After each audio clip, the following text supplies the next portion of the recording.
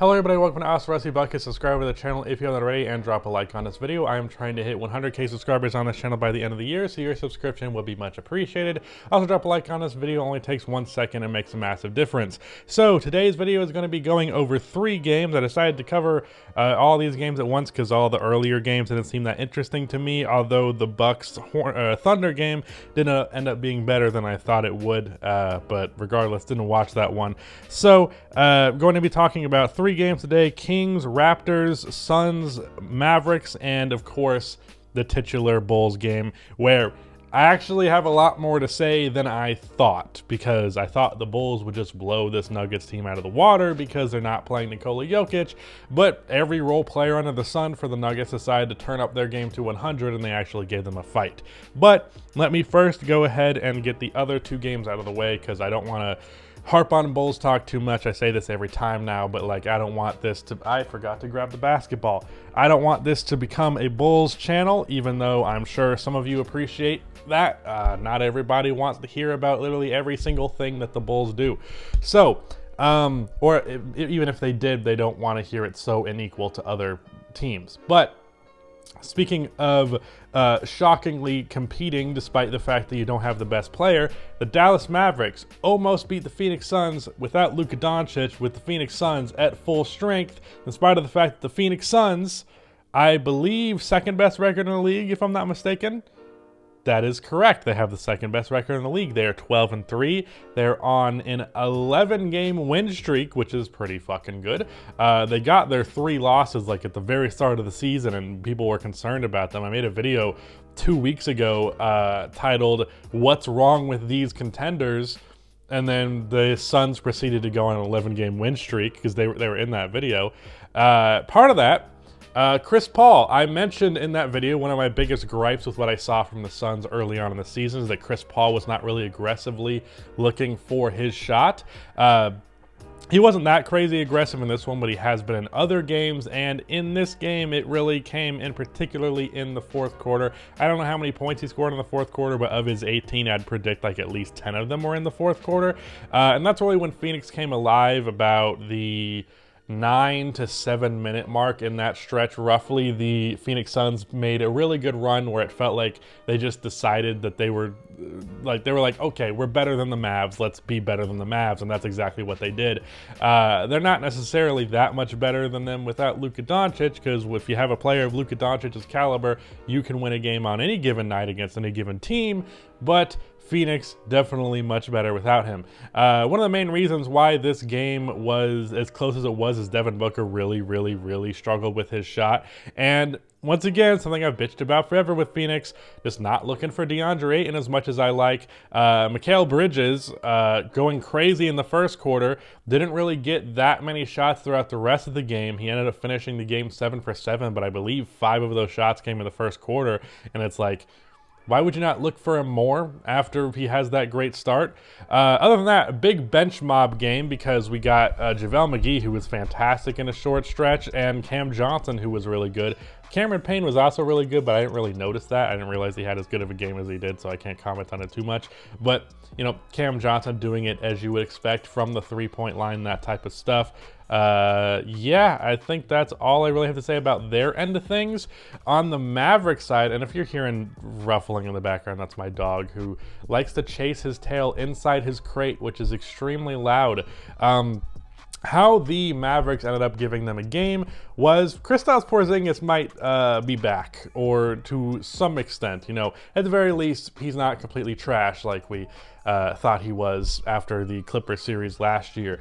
But 23 points in this one at 8 for 13. The Mavericks have implemented good situations where he's like cutting to the rim, which is getting him easier looks at the basket rather than making him try and create them in the post all the time, even though there is still stuff like that that typically results in mid-range shots. His field goal percentage is worse than I thought. Jalen Brunson not as efficient as I thought, but 10 assists. So yeah, it was a good Jalen Brunson game. And Tim Hardaway was chucking and didn't go in today.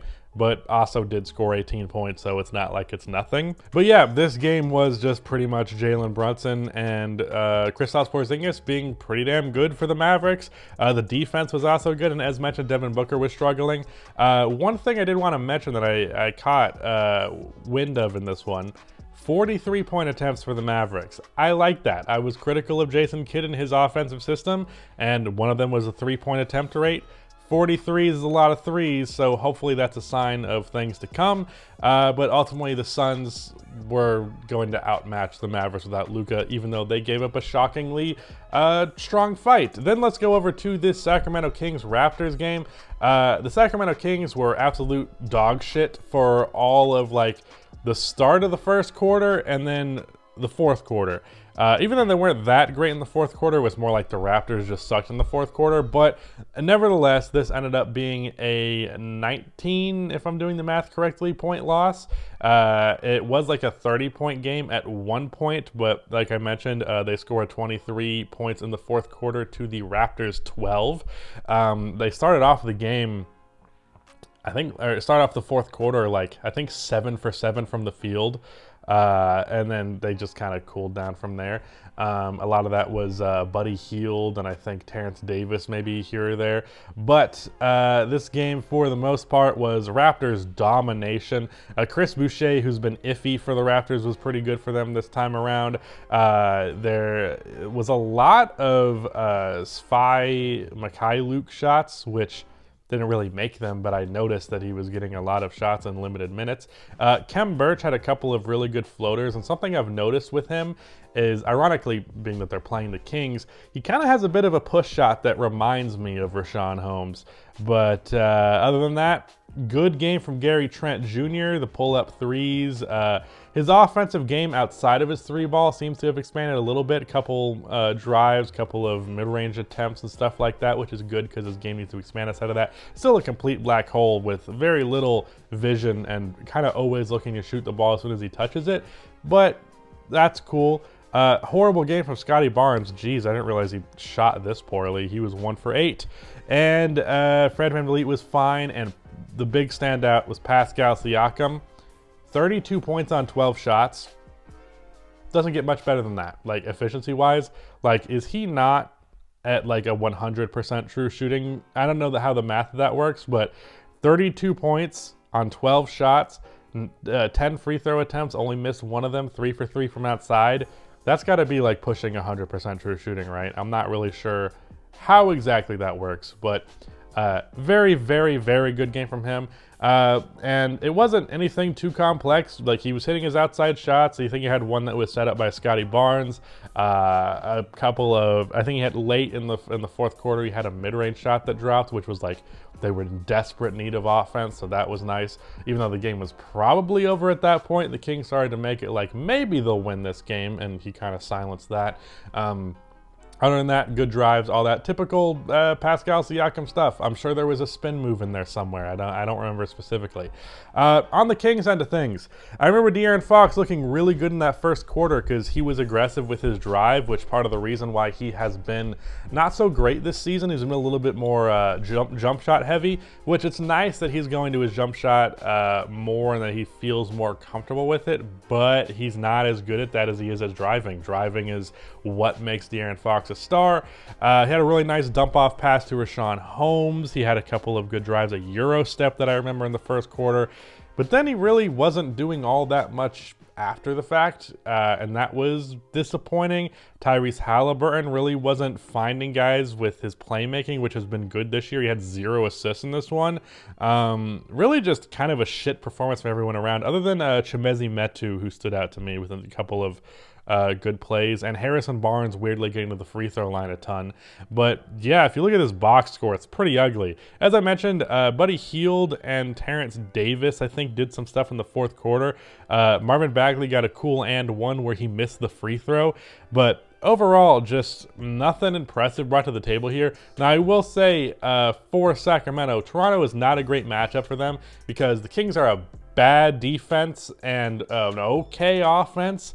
And then the Raptors are a great defense and then a not great offense. So it's kind of a poor matchup in that regard, where the Kings don't really take anything away from the Raptors, but the Raptors can take things away from the Kings. So I wouldn't expect them to win this game, but after starting off the year actually not looking bad, granted part of that it was from Harrison Barnes playing ridiculously well, which seems to be falling down to earth. He's down to 20 points per game after averaging like 26.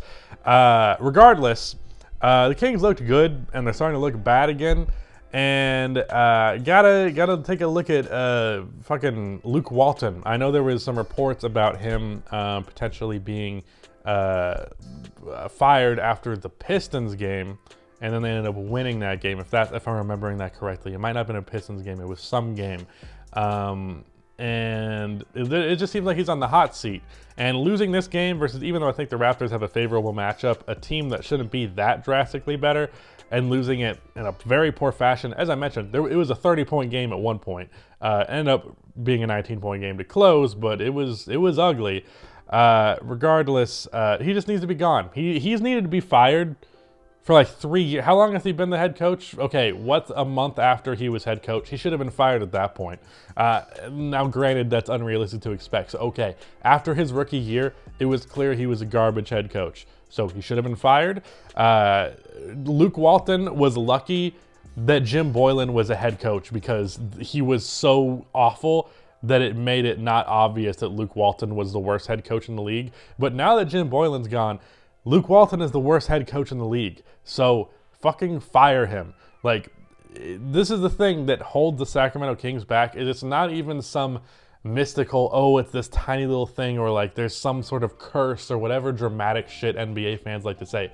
Literally, it's just incompetence at the most obvious level. Not firing Jason Kidd is, or not Jason Kidd, well, also him. Not firing Luke Walton is an obvious mistake that anyone could tell you is holding back your team. And yet, the guy has been coaching the team for who knows how fucking long now. So, fucking fire him. Last but kind of least, we'll talk about this Bulls-Nuggets game. I will say, this could seem like a moment where especially me, hypercritical Bulls fan, goes in and shits on the team. The fact that they only beat this Nuggets team by 6 points when Jokic was not playing, and it looked like at points that the Nuggets would actually win. I am not going to be too mad at the Bulls here, because sometimes players on a team that is shorthanded just kind of play great. Sometimes bad teams just kind of play great, and it's not really fair always to blame that on the team that should be beating them, because in the NBA, sometimes bad teams play great, and that's not even to the fault of the team that is being beat by them, or in this case, almost being beat by them.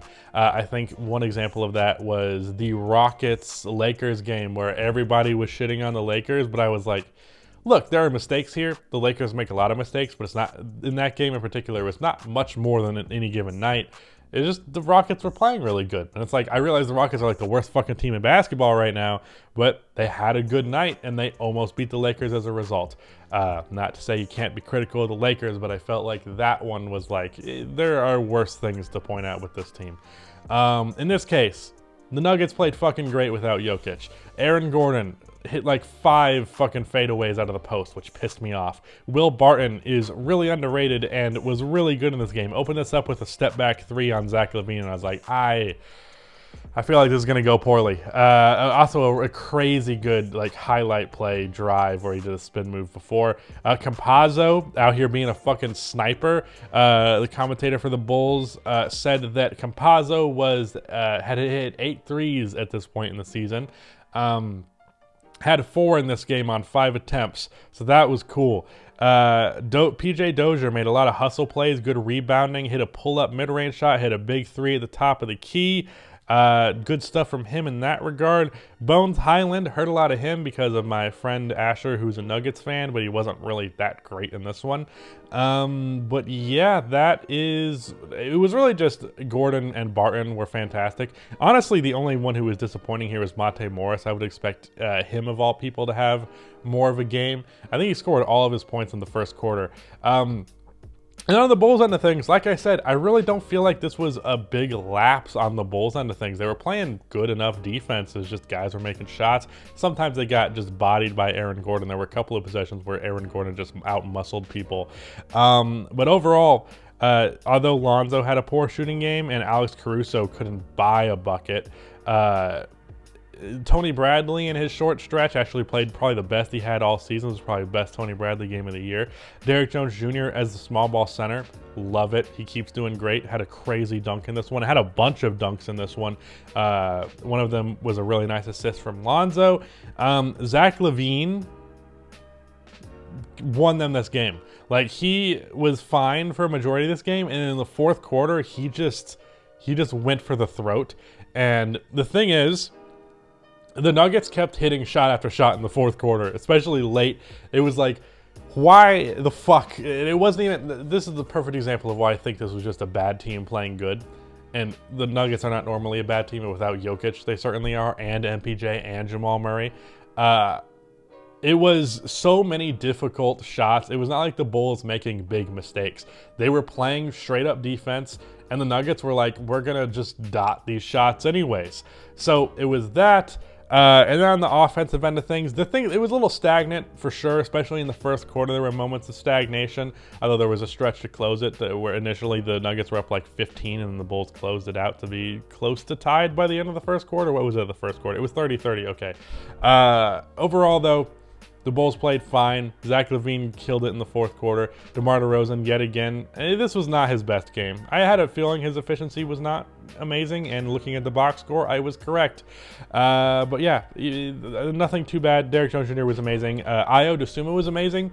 Somebody that I can talk about is Kobe White. Who's had a very rough go of it in his first 3 games. He was 1 for 7 in this one, and I will say I'll take it as an encouraging sign that he got up some shots today, because the other 2 games he shot like 2 times in his 10 minutes.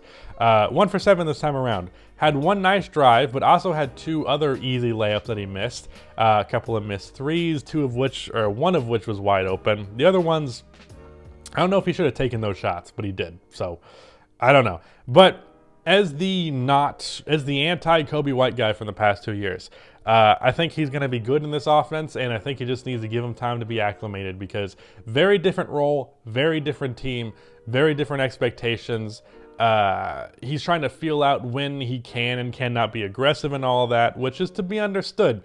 So I don't have any issues with Kobe White. I saw some people shitting on him. I understand he's going to struggle early, so long as it's not too drastically to the detriment of the team, especially in a game like this where, like, you should be winning this one for sure. I'm not too mad at it, and I don't think it's a big deal that he struggled a little bit. So, yeah, that's my thoughts on those games today, but that is it. Goodbye.